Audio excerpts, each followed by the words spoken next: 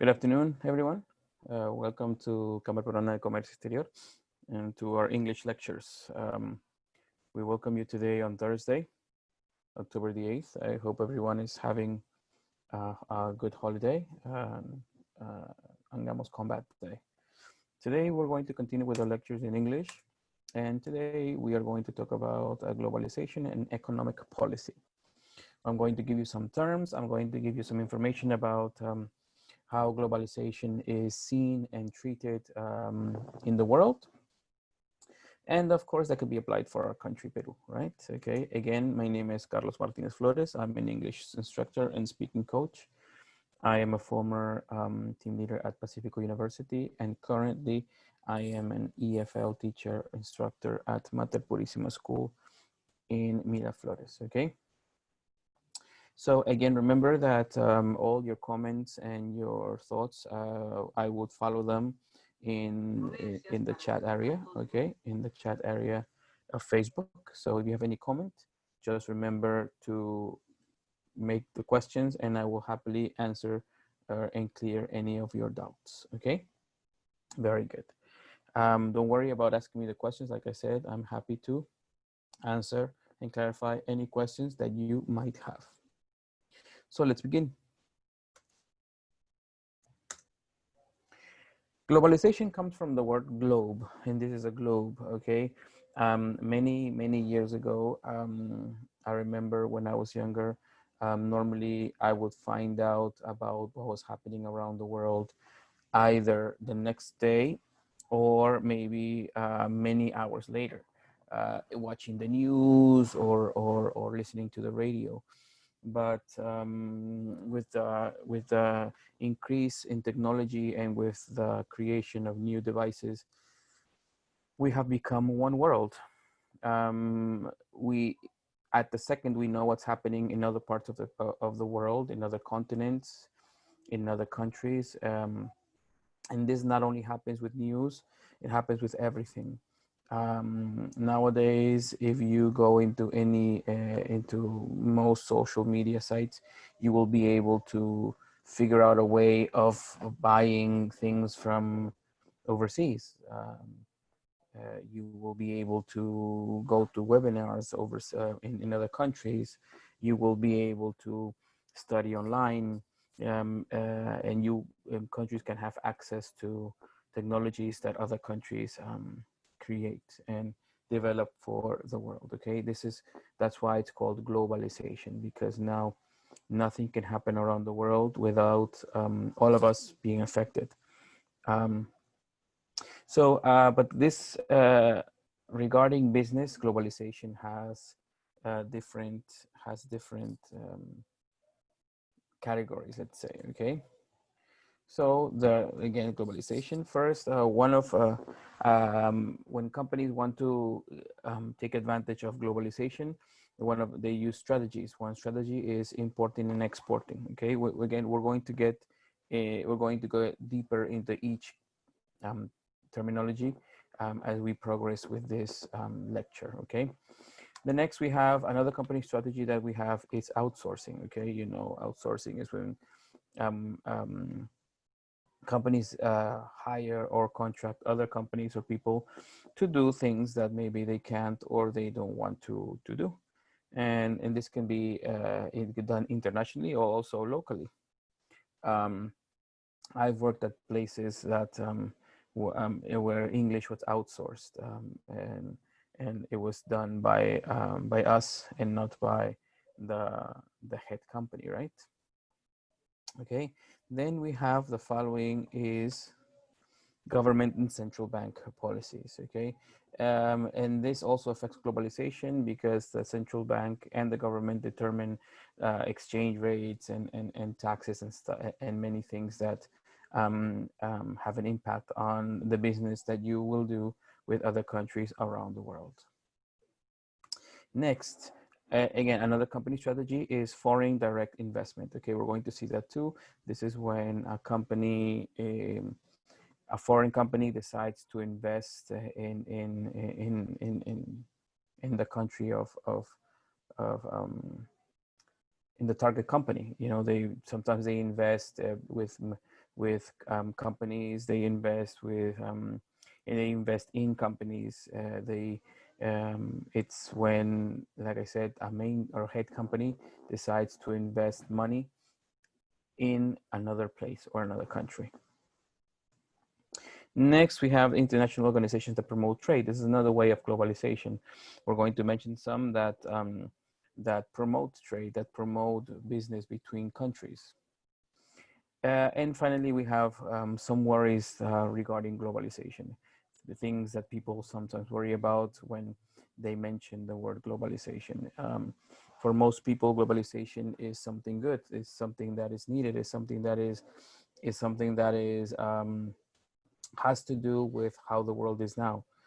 It's inevitable to think of a world in any aspect, social, personal, political, business-wise, where globalization is not an essential part of it. But there are many worries. Sometimes people from the target company see it as an invasion or see it as an attack on local products. Okay, but we'll talk about that when we get to that point.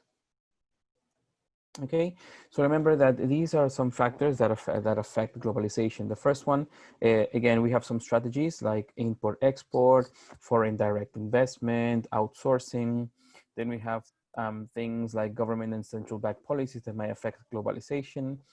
Remember that in every country there is a central bank that controls tax rates, interest rates, and stuff like that. Then we have international organizations that promote trade, that that want to motivate globalization and business amongst countries. And finally, again, nothing is perfect. There are worries that appear when globalization is the option that a country takes to try to progress or tries to grow, or business tries to grow. Okay, so let's talk about one by one. The first one is company strategies, import and export. Okay, so the first thing is that when a company wants to do, first thing they start thinking, okay, do I want to import things or would I like to export things? Maybe I would like to become a franchise, or maybe I would like to sell my franchise. So this is one question that, because in the case of franchising, maybe we are not importing or exporting products, but we are importing and exporting a name. Like I mentioned the last time, a franchise is when you sell and somebody uses your name and your reputation to create a business and use your reputation and your years in the business to start, so that they don't start from zero. You know, if you start with if you franchise a name, then you from day one you will have the backup of the name that you're using, right? So when you franchise, you import if you want to open a franchise of an international company in your country, or you export when somebody from another country wants to use your name, wants to franchise your name, right? So the first thing many people take into account is, do I want to bring things into the country, import them, or do I want to take things out of the country, export them? Okay. Another thing that people take into account when they import or export is the risks. Okay, everything takes risks. The first thing is the payment problems, because remember that we are dealing with people or companies from another country. We need to wire money through bank accounts, or we need to have some trust in these companies. I'm not going to say that no problems regarding payment are going to exist. They have existed and they will continue to exist, but it's a risk that we have to take. Next is the exchange rate. Okay, exchange rates, at least luckily in Peru, even though recently the exchange rate has been going up regarding the dollar and the euro, it has sort of maintained a certain balance. But in some countries it doesn't, or it doesn't happen this way. Or sometimes things occur where the value of a currency just drops, right? Maybe political issues or maybe economical issues, okay? So the exchange rate is something to take into account when you want to import or export, because the value of your money could increase or decrease depending on the situation.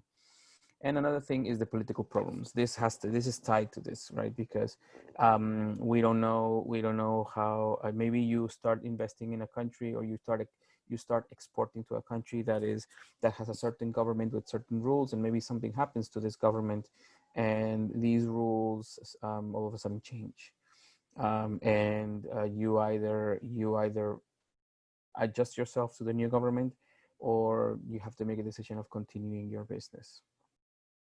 Next, who makes the decisions about the targets? The target is where you, I mean, who, you, I mean, the people or the business you want to focus on.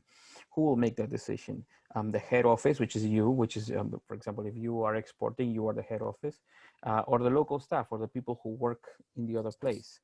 Who's going to make those decisions?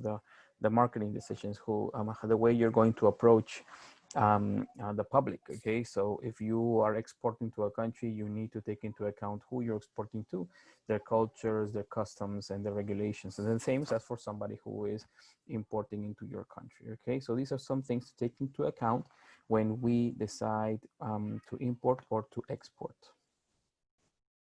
The next, outsourcing. Like I mentioned before, outsourcing is a very, very common strategy that now occurs internally or externally.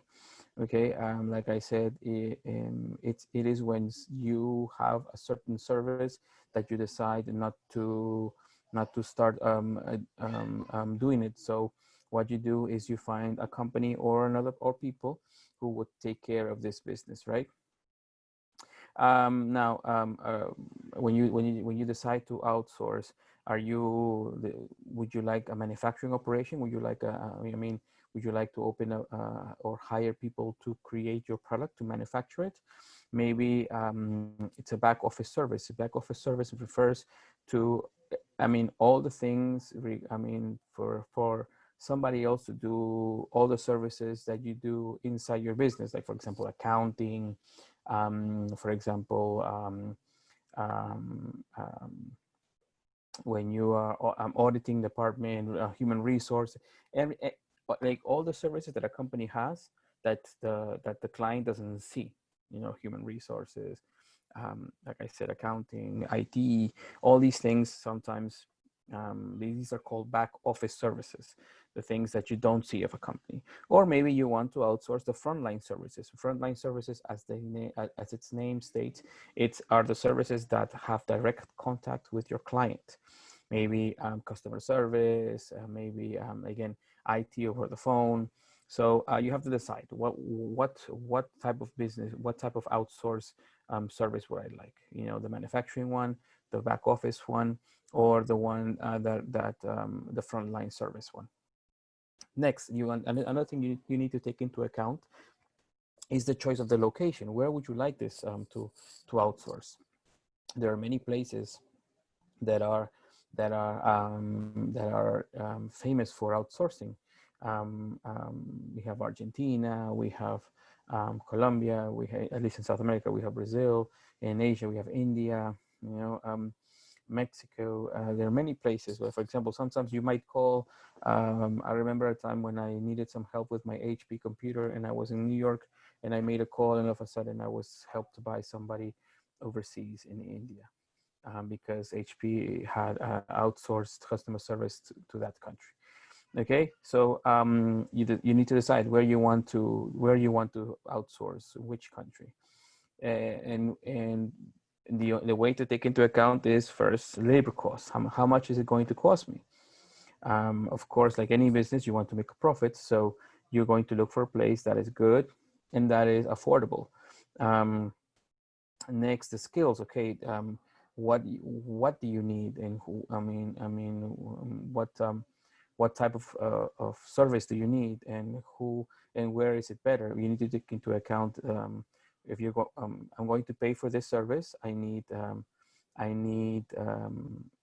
going to pay for this price as long as what I'm receiving is of good quality. And then the availability, of course, since it's a globalized world, you need people to be there 24/7. Okay, so you need a place that where anybody can call at any time or try to get in contact at any moment, and it will be accessible. And finally, close to key markets. I mean, that's what I said. You need hubs, you need places that will be close to important locations, okay?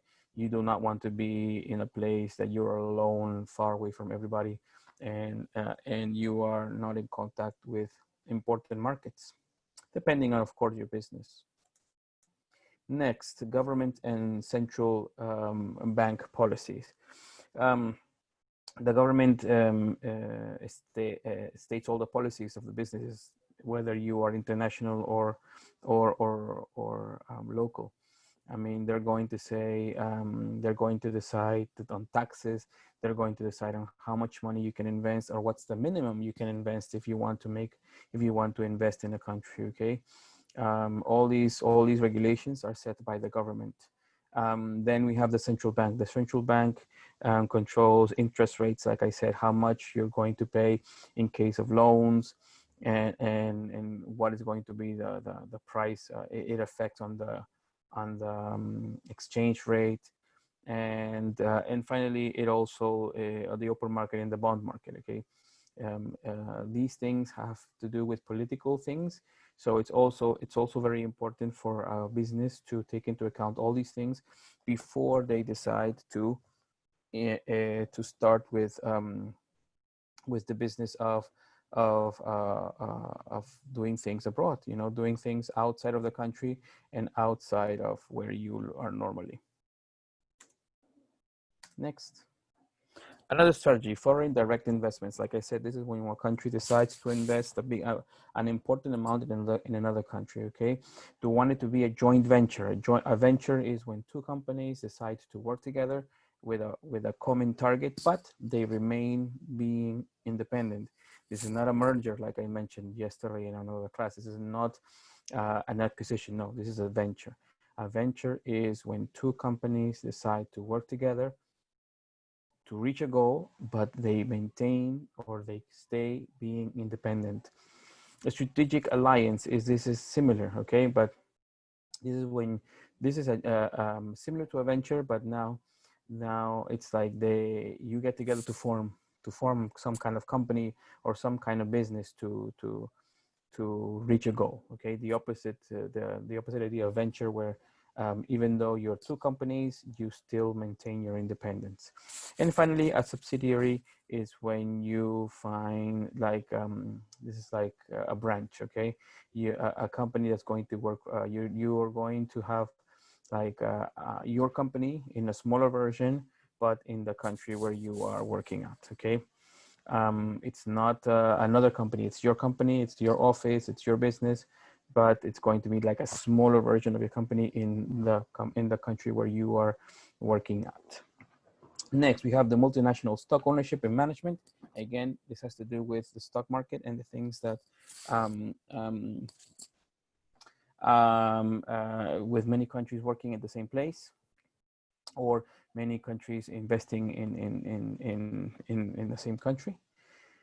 And finally, requirements for local sourcing. That means the people who are going to work for you, the managers, and the technologies you're going to use. Okay, so all these things need to come into, you need to take into account when you decide to go for a foreign direct investment. Okay, because companies are deciding to invest in a country. Next, international organizations that promote trade. Okay, we have many. For example, we have the World Trade Organization. Okay, which main goal is to reduce tariff. A tariff is like a tax. Okay, a tax that that you have to pay to be able to do business. Quotas. A quota is, remember, like I mentioned before, a quota is the minimum and the maximum of something you can do.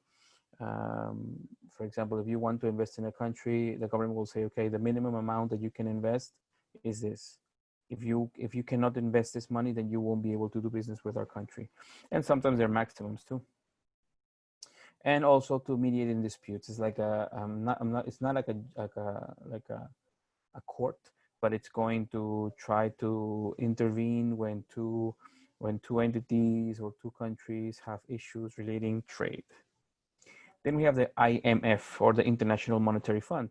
It makes short-term loans. A loan is when they give you money and they give it to countries that cannot pay debts. Okay, so For example, I have to pay, I owe this money for this certain thing. And so I will go to the International Monetary Fund and ask for money so I can pay my debts. Of course, then I will have a debt with the IMF, but normally that's how countries work, right?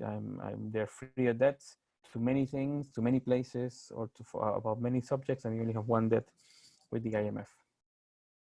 Next, we have the World Bank. The World Bank lends money to developing countries for infrastructure and projects. Okay, so the IMF was about debts. Okay, I need to pay something that I owe, so here's the money so you can pay. Whereas the World Bank lends money for countries to build infrastructure, you know, roads and highways and bridges and stuff that will help the country develop. And then we have blocks like NAFTA, which is the North American treaty. Well, although now it has changed, but it was in place for many years between Mexico, Canada, and the USA. We have the EU, which is still in place, which is the European Union. Then we have the ASEAN, which is the Association of Asian countries. Okay, when they get together, these are blocks that are formed to promote integration. In here in South America, we have the Andean Community. Okay, between Peru, Ecuador, and Colombia. Okay, and there are some treaties like traveling and trades and tax exempts, etc. And finally, we have the worries about globalization. This is what I mentioned before, right? I had mentioned before. In developed countries, the first thing they think about is job loss. Okay, we're going to lose jobs because you're going to look for those jobs in a cheaper place. Okay, you're going to look for cheaper labor. You're not, instead of hiring somebody from your country, you're going to hire somebody from another country because it's going to be cheaper for you and it's going to be better for you economically, right? Next, we have the destruction of small businesses. A small business, like its name says, it means that its capital is small, and normally these small businesses make large investments. And this is what sometimes happens here in Peru, right? If you go to, for example, Gamarra, the small businesses say that they can't compete against the huge businesses that are brought from China and other places, so they sometimes lose all their money and lose all their profits. And finally is the destruction of local culture. Okay, this is another thing that I mentioned before, right? Sometimes we are so interested in globalization that we start losing some of our roots, some of our main concepts, or some of our main ways of living. Okay, one way is, for example, the language sometimes, or the way we see things. Okay, globalization is it could be some that it might worry some people because of the fact that you start to lose your identity, right? And then in cheap labor countries, we have looser regulations, okay, environmental issues and human rights issues, okay. Cheap labor countries are these countries that I mentioned before, where the price of services are much lower than in developed countries, okay. And this is where normally outsourcing goes to, right? People decide to go there because I can, for the half price of what I would pay in my country, I can get a service. And sometimes this is associated with exploitation. Sometimes I cannot create a certain artifact in my country because I break some environmental rules, but I decide to go to another country because it doesn't have these rules. And so I am capable of doing whatever I want. And finally, like I mentioned before, child labor. Sometimes some countries, they don't care about who does the work, and they just decide to, it's not important for them, for children to work. And then, whereas in the original country, it's forbidden, right? So you have to take into account all these things. Okay, so hopefully all of these terms are helping you. Again, like I said, I am reading your comments in the chat area. So if you have any questions, or if you have any doubts, just let me know, so I can answer your questions immediately. Okay, very good. Now, forces that drive globalization. Okay, when we refer to forces driving globalization, we take into account some certain factors, um, some certain things that will motivate globalization. Okay, for example, it's the costs. Okay, definitely costs, because we want to make a company wants to make a profit, so they look for places where they won't need to spend so much money. Okay, so like it says here, companies look for cheap labor and manufacturing costs to be able to be competitive. Okay, so they outsource to other countries. They want to offer a product at a better price, so they need to lower their costs. And this way, for this reason, they outsource, or they look for cheap labor in other places. Okay, another thing is the fact that countries receiving the inward investment benefit from job creation. So it's not like it's bad for everybody. For example, it might be bad for the country of origin because we're losing jobs, but it's good for the country of target because we are creating jobs. Okay, so it's not that bad. Also, you need to see that it's beneficial for some, and maybe not for others. And like I mentioned before, a low cost gives it a major competitive advantage. Okay, if I'm able to offer a good product, and an equal product at a lower price, of course, I'm going to have an advantage. Next is the market factors.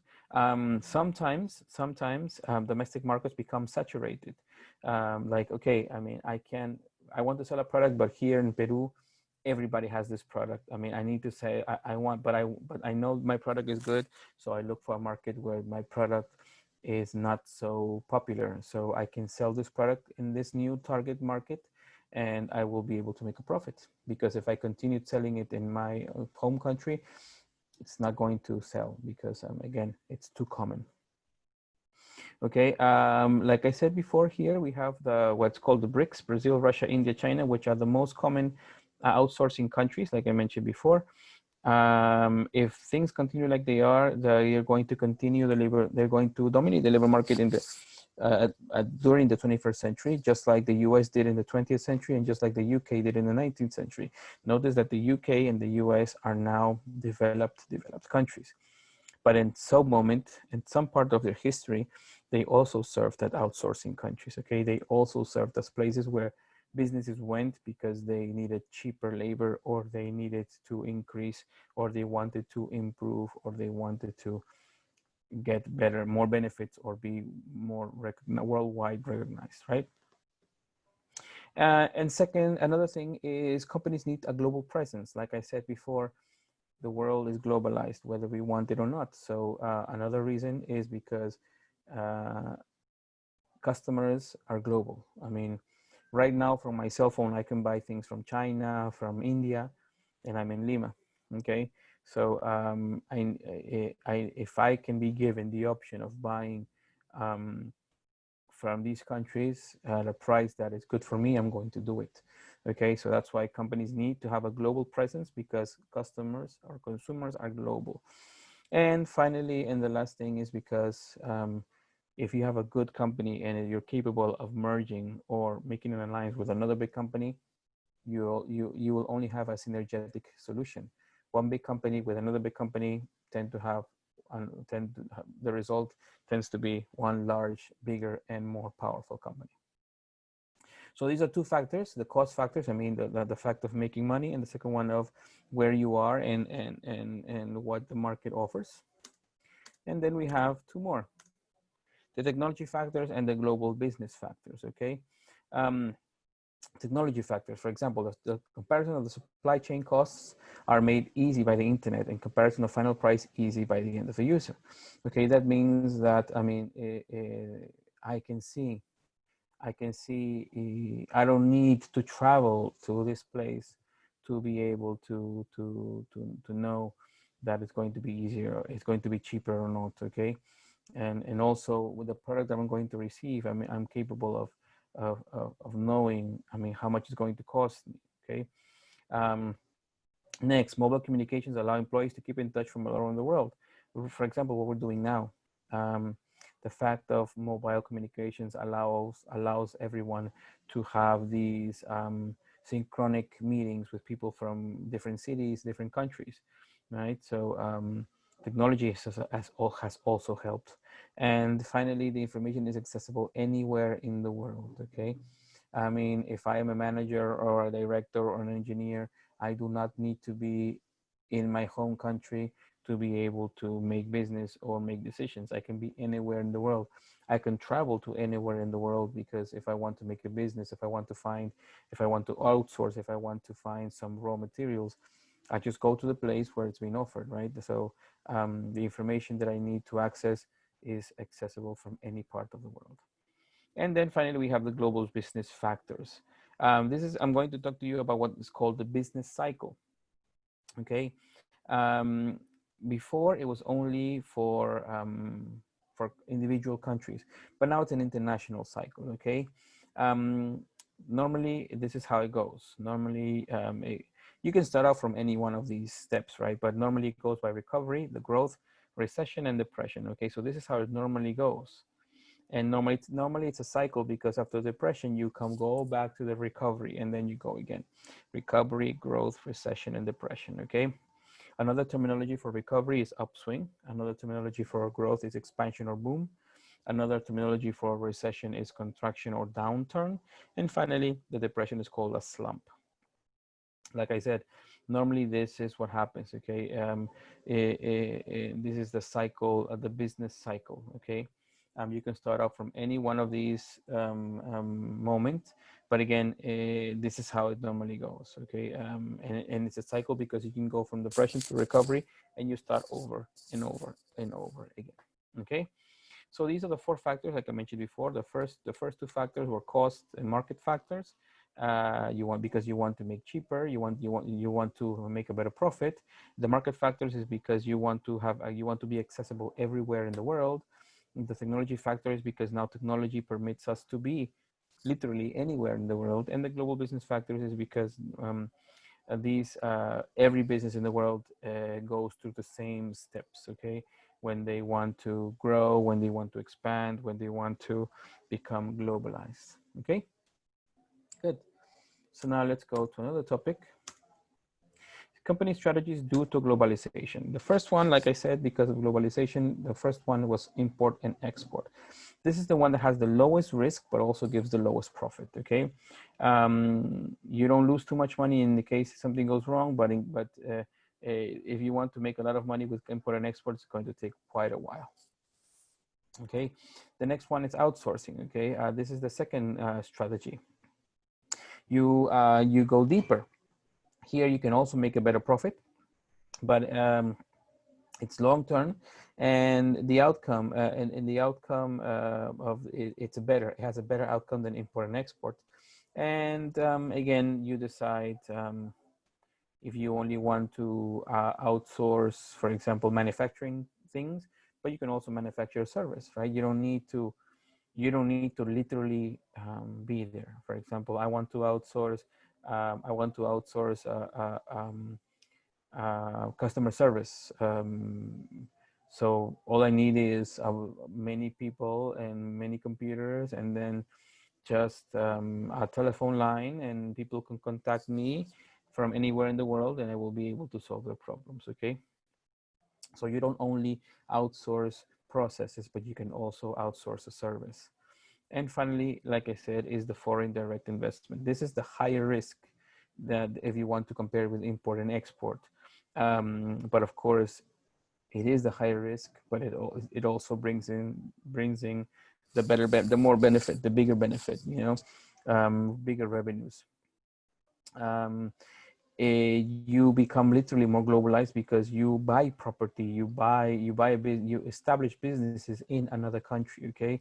You create a subsidiary of your original company, and it's like a complete business, but in another place, okay?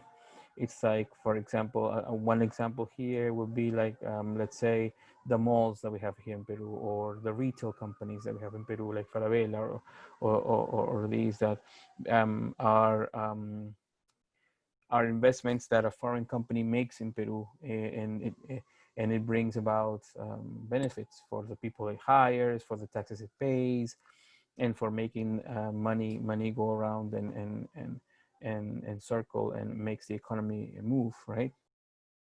So these are the three strategies that appear due to globalization: import and export, outsourcing, and foreign direct investment, with the lowest risk and the lowest revenues to the highest risk and the highest revenues.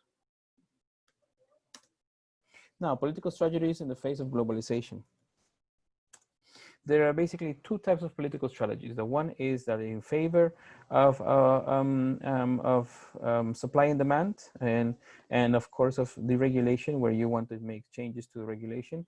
And the other one is in favor of subsidies and protectionism. Okay, these are the ones that are against globalization.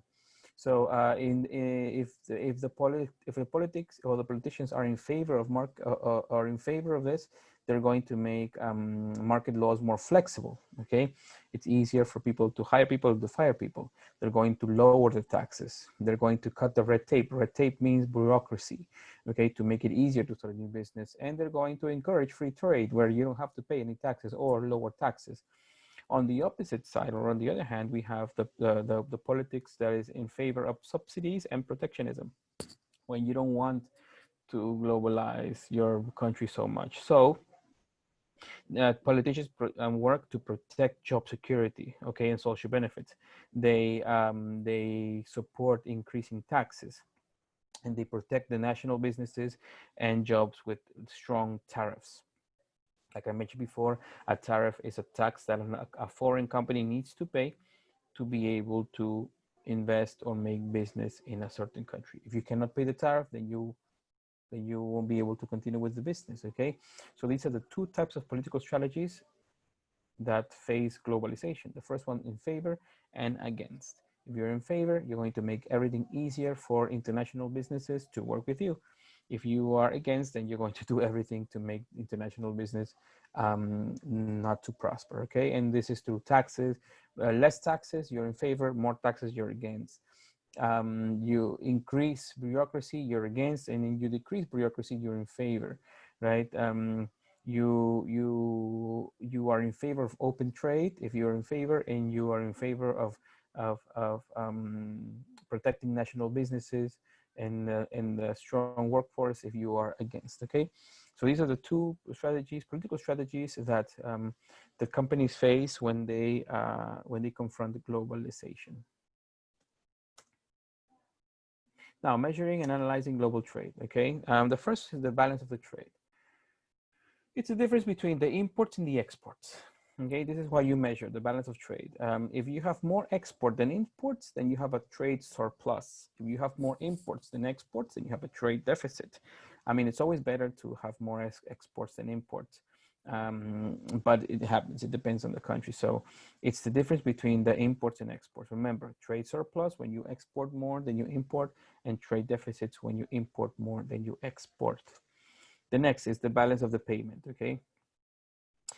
This is the same as the balance trade. I mean, you just, take into account the costs, okay?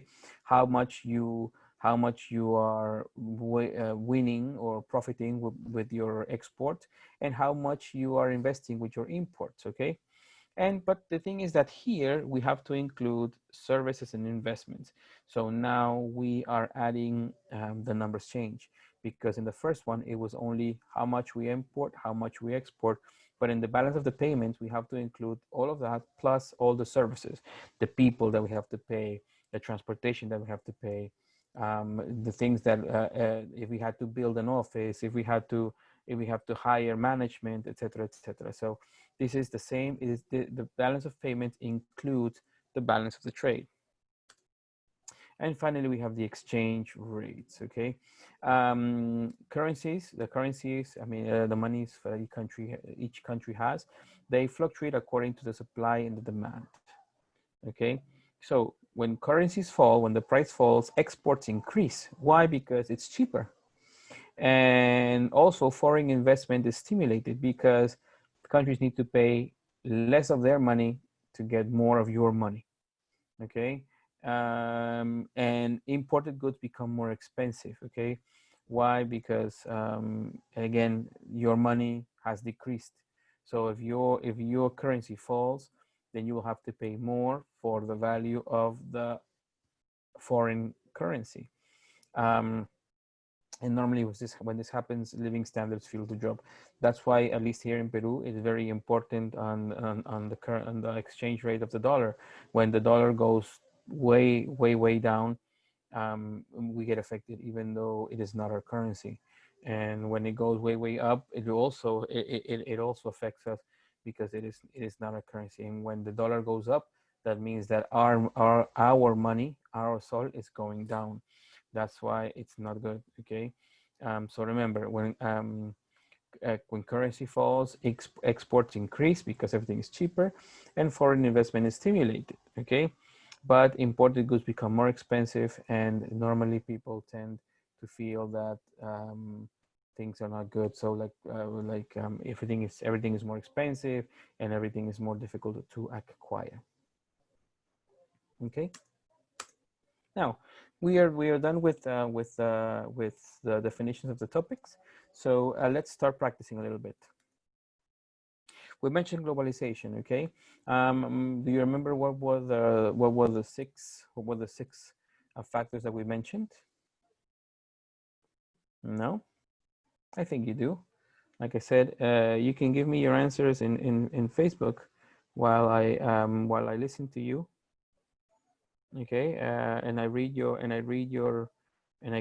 your interaction with me through the video, through the chat. Okay. So the first one is company strategies, import and export. Okay. Of course, it's impossible not to be globalized if you're importing or you're exporting. Okay. This is one of the first steps towards globalization. Some things from a foreign country will enter your country, and your national products will go into another culture, another country, another reality. The second one is outsourcing. Again, we said that this is another way that we use for globalization. We look for businesses elsewhere to help our businesses. Next, government and central bank policies. Okay. If I want to invest in another country, I need to know everything that it refers to the government and the politics of the central bank, taxes and interest rates and everything that's going to, I need to see if it's profitable for me to work in this company. Next, foreign direct investments. Now here is I take a bigger steps than importing and exporting, right? I have this big amount of money, and I want to take it and collocate it in another country because I have evaluated and I have seen that it's profitable. This is good for my company because I will get revenues from the business, but it's also good for the other country because I'm creating job opportunities. Okay, so it's good for everyone. Next, international organizations that promote trade. When we mentioned these, we talked about the World Bank, the IMF, we talked about the World Trade Organization, and we also talk about the treaties or the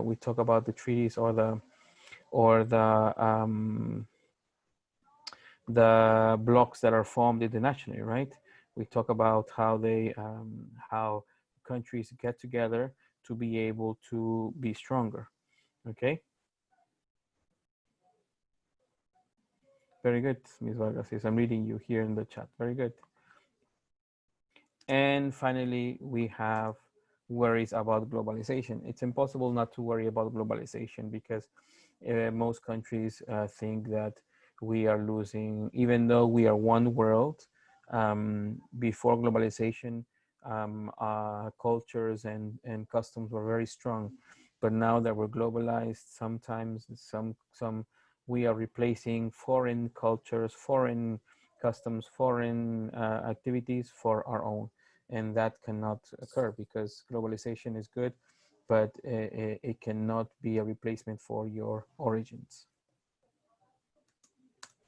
Next, Okay, here we have government and central bank policies, company strategy outsourcing, and we have import and export. What I would like for you to think or to match is which of the three, which one involves risks, which one involves manufacturing operations, and which one involves central bank monetary policies.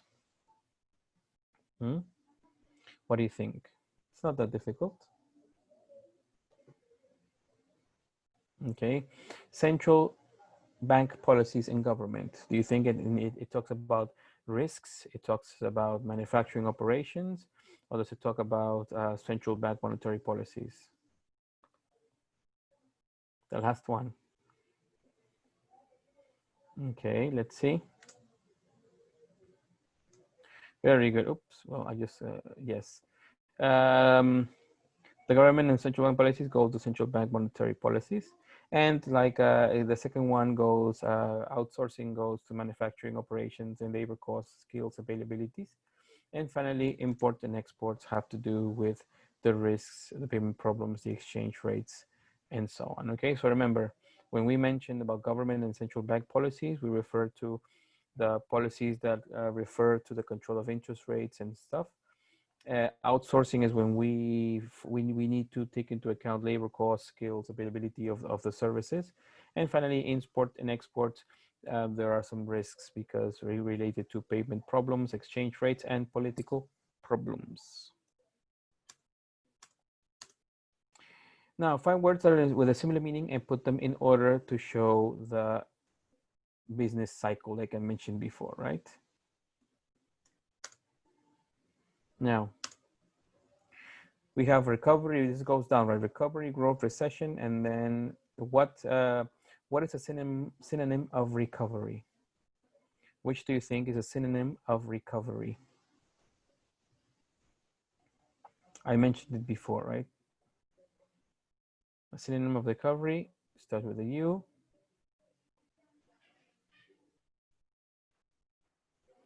Upswing. Very good. Upswing. Now, growth had two synonyms. Growth had two synonyms, two words that were related to growth.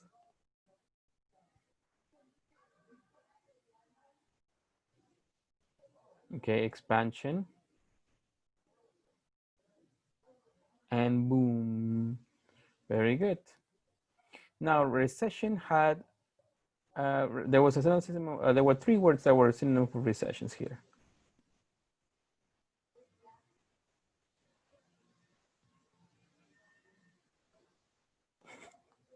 Yes, boom.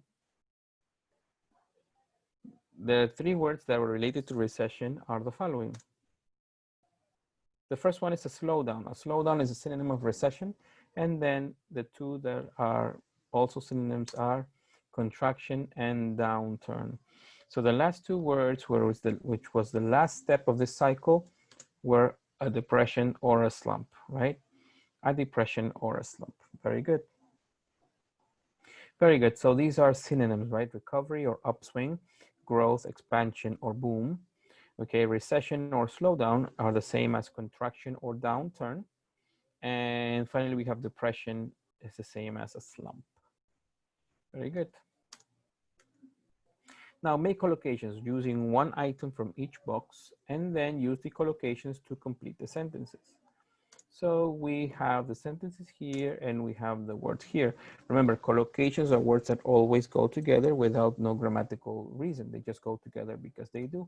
Like in number one, inward investment. Okay, national governments encourage inward investment because it brings benefits such as the creation of jobs, skills development, and technology transfer.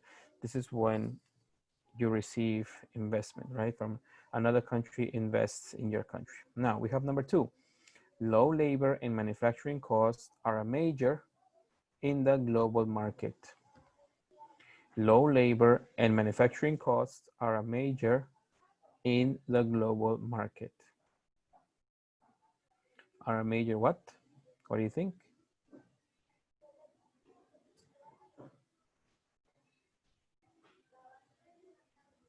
Number one is inward investment. Number two, low labor and manufacturing costs are a major in the global market.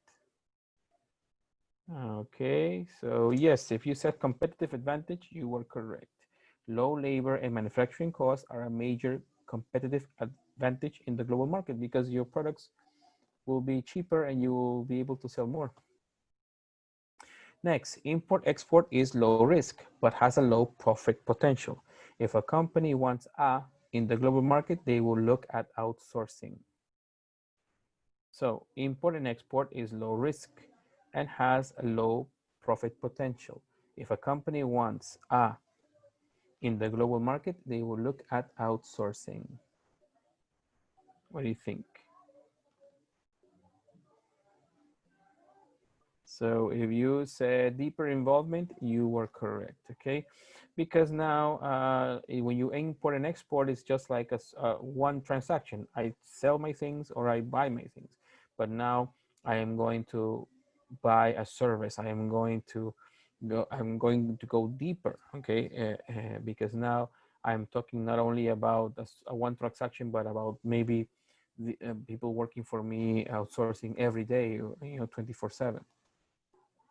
Number 4, outsourcing involves a long-term with a low-cost provider of goods services. Outsourcing involves a long-term with a low-cost provider of good services. What do you think? Hmm? What do you think? There are less and less words left. And yes, if you said a contractual agreement, you were correct. Okay, outsourcing involves a long-term contractual agreement. Like this is what I said before, right? Now you're import and export is one moment. Okay, I sell my things and I buy my things, and that's that. But here I'm going to have a contract. It's going to be monthly or yearly or bi-monthly. I don't know. Okay, so this involves a contract. Very good. 5, makes it easier for managers to stay in touch with colleagues and head office. Makes it easier for managers to stay in touch with colleagues in the head office. What do you think?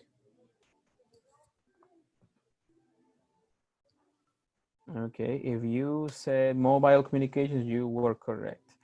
Mobiles have helped or help nowadays companies stay in contact and people being able to access information wherever. If a country exports more to it than it imports, it has a or a positive balance of trade.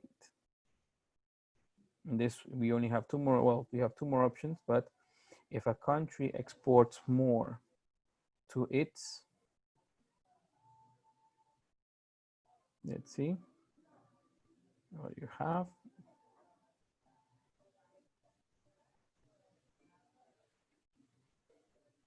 That's fine, don't worry.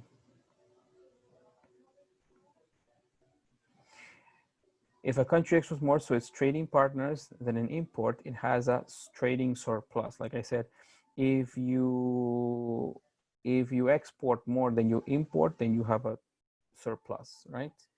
Very good, very good. Okay, so again, inward investment is when you receive or when you receive other countries to invest in your country. Competitive advantage is when you have something to offer that others don't, okay? Deeper involvement is when it's not only a transaction, a moment of transaction, but no, you are hiring people, you are paying taxes, you signing contracts, okay? And contractual agreement, this has something to do with that, okay? Here, this is a document. You have a document that says we're going to work together for a month, 6 months, a year, I don't know. Mobile communications, cell phones, they help people, they help managers to stay in communication. And finally, trading partner is the people who you make business, and a trading surplus is when you export more than you import. Very good. Very good. So thank you for accompanying us. If you have any questions, you can ask me. If not, remember the topic of our next lecture is going to be corporate strategy and corporate structure. And this is going to be on Saturday. Okay, so if you have any questions, I can read in. I can read them in Facebook. So let me see if there are any questions. I don't see any. So again, thank you for accompanying us. Remember, the topic of our next lecture for Saturday is going to be corporate strategy and corporate structure, okay? So again, if there are any other questions, I'm reading your questions via chat or Facebook. Like I said, I apologize if I don't answer all the questions, but sometimes I don't, sometimes the questions take a while to appear on Facebook. So by the time I read them, I can, you have already asked your questions, okay? I apologize for that. And finally, here is my information, my email if you want to contact me, my cell phone if there are any questions, and finally my LinkedIn account in case you would like to contact me in any way. Okay, so once more, are there any questions? Are there any comments? Thank you, Ms. Vargas, for your participation. Very good. I'm reading, and don't worry. Yes, I understand.